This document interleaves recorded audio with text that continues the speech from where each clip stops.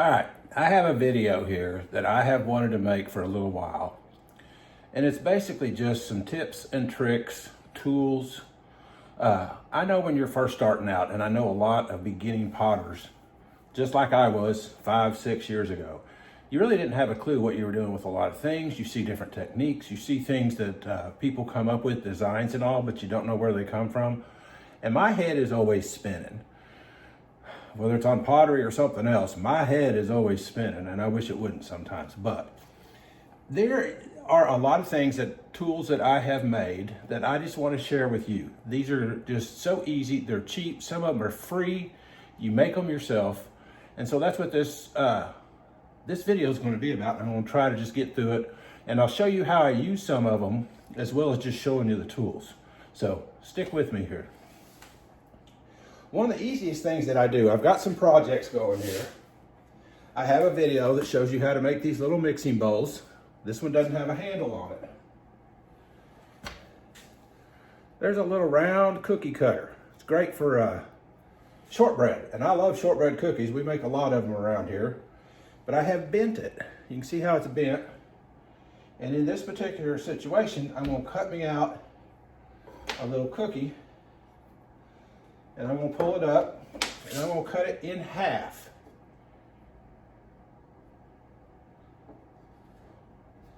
And right there, I have 2 handles that I'm gonna put right here on this. And it's just enough. If you make these bigger or smaller, they'll even stack with these little handles on them. Just a little cookie cutter. I'll finish these out later. But I want to show you too, cookie cutters of any kind. I make a lot of Arkansas mugs. I got this off of eBay. And I make my little cutouts. And then I stamp whatever I want to in there. Lots of different things. Here's one of my mugs. There's Mountain Bike BV, Bella Vista, Bentonville, whatever. I do a lot of different designs on them. I put hearts on them with Arkansas. I put my little peace sign on them. I put a lot of different things.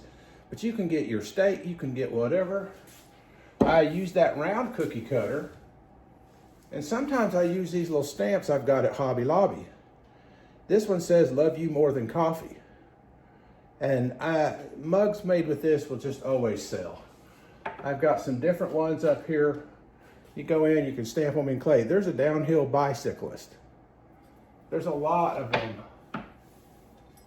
And I've got a couple of more up here. Here's one that just says happy. And here's one that says I am grateful.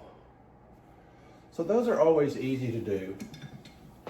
Other things that, put those aside. Here's a cheese cutter.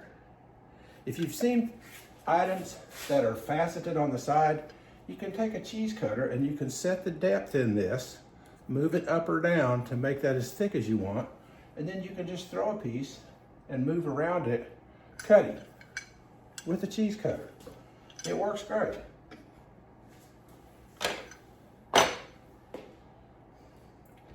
These, if you haven't figured this out, you don't have a press for your clay. These are just paint sticks from Lowe's. You can get different sizes. I picked this little roller up, and I will recommend get one that does not have a finish on it. I got this at my Asian market for $3. I have one that I got from my wife that she used on fondant, and it had a finish on it, like it was a little shellac or lacquer or something on it, and it sticks to the clay a little more than this. This is like my birch top here on my work table. Just rolls it out. If I want it thicker, if I want it thinner. But these are free. You know, next time you buy paint, get some extra stir sticks. Show you another one here. Next time you go for Chinese or Asian food, that is a bamboo chopstick. And if you watch my channel, you've heard me talk about bamboo chopsticks. There's a utensil holder, and I will use that in a lot of different ways to make these little designs. But I'm always just looking around me to say, what can I use to make a new design?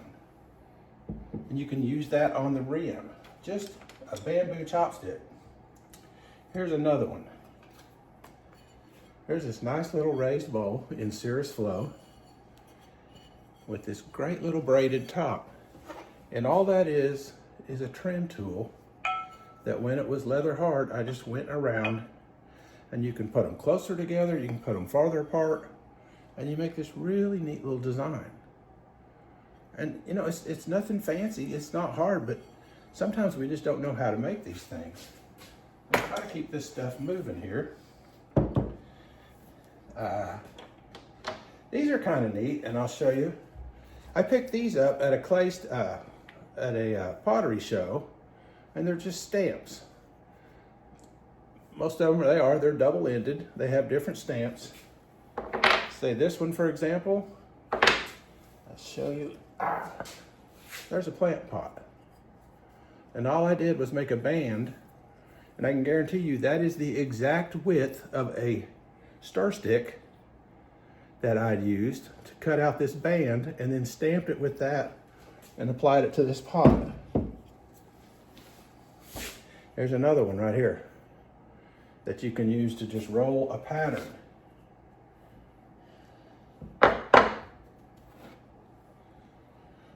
Pick those up at your little pottery stores or different places like that.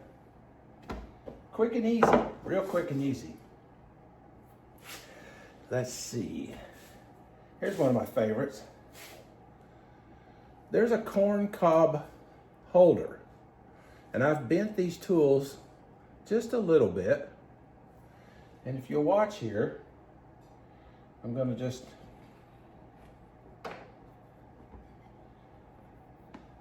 cuts a perfect little band out of there. And what do you do with that?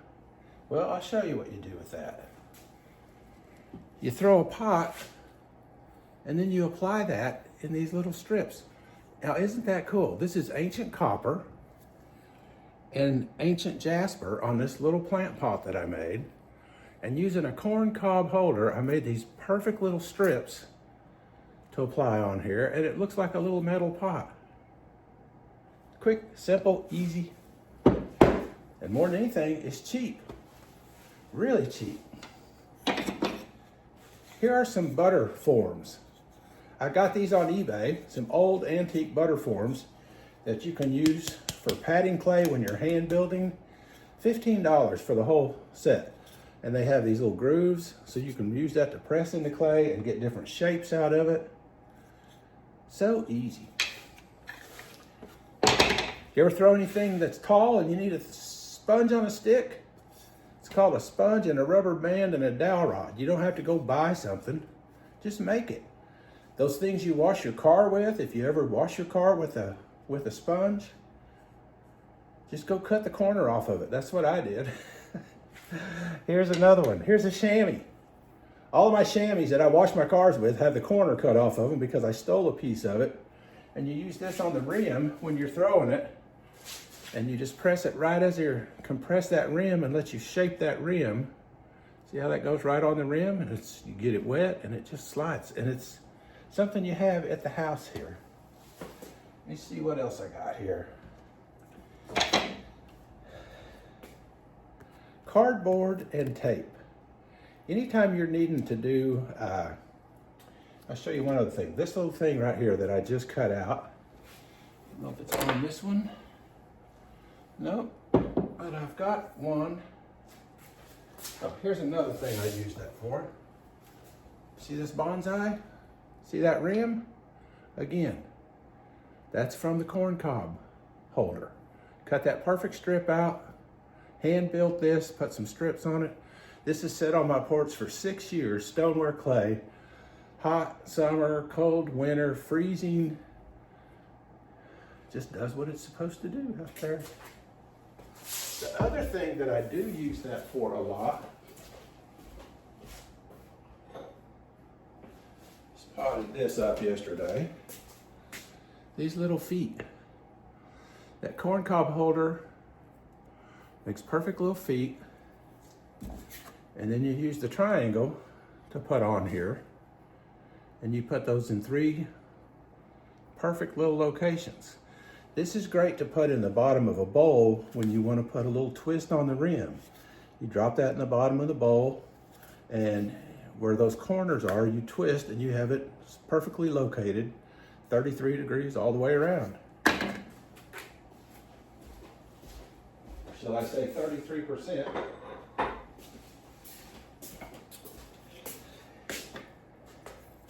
I picked this up at Lowe's. This was a straight 3-foot piece of aluminum. And I brought it home and I carved it. And when I'm ready to take anything off of the wheel, I just use this at the bottom to just trim away that excess clay. And if you want a nice square, flat position on it, then you leave a flat spot on it. And you can make a nice little footed bowl with that. I paid maybe $3 for this little piece of aluminum, if that much. Just a lot of stuff here I wanted to show you. Chattering. I don't know if you've ever done chattering, but this is strapping band that I picked up out of the garbage. And I put me some duct tape handles on it. This one's a little sharper, it'll dig a little deeper. I'm going to demonstrate how I use these. I've got a couple of these utensil holders here. That one I just put these little handles on last night. And I will chatter that here in just a second, and I'll show you how those little bands work. But there's so many little things, if you just look around, that you don't have to pay for. They're cheap, they're easy, they're functional, and it's just great. So I'll show you how I chatter with that. Bear with me.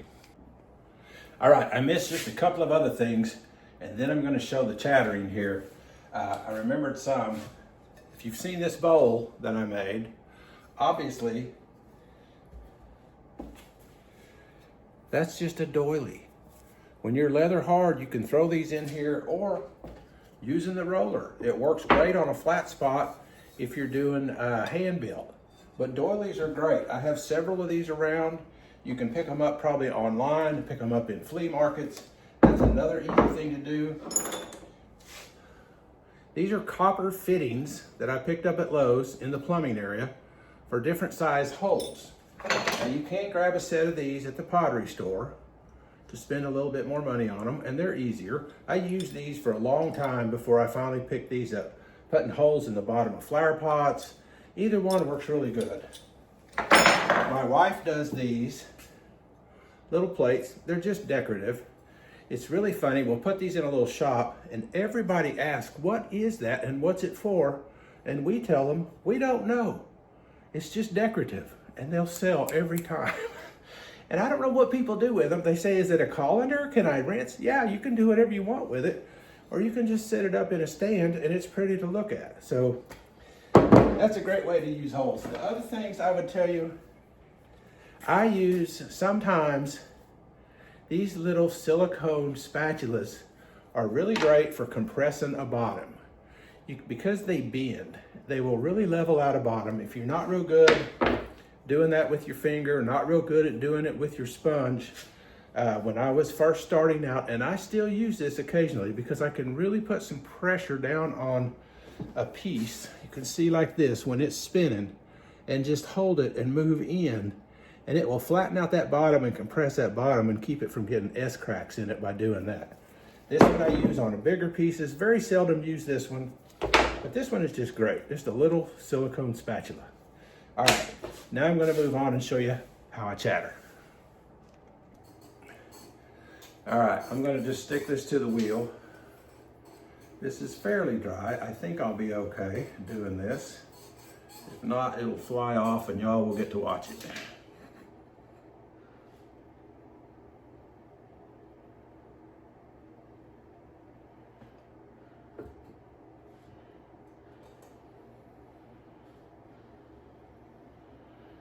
All right, that's pretty close there. Let's see if we can get that to stick. And then I'm just going to use this, like I say, this banding strap. And as it's running, I'm going to just carve it in there. And it'll start chipping away clay.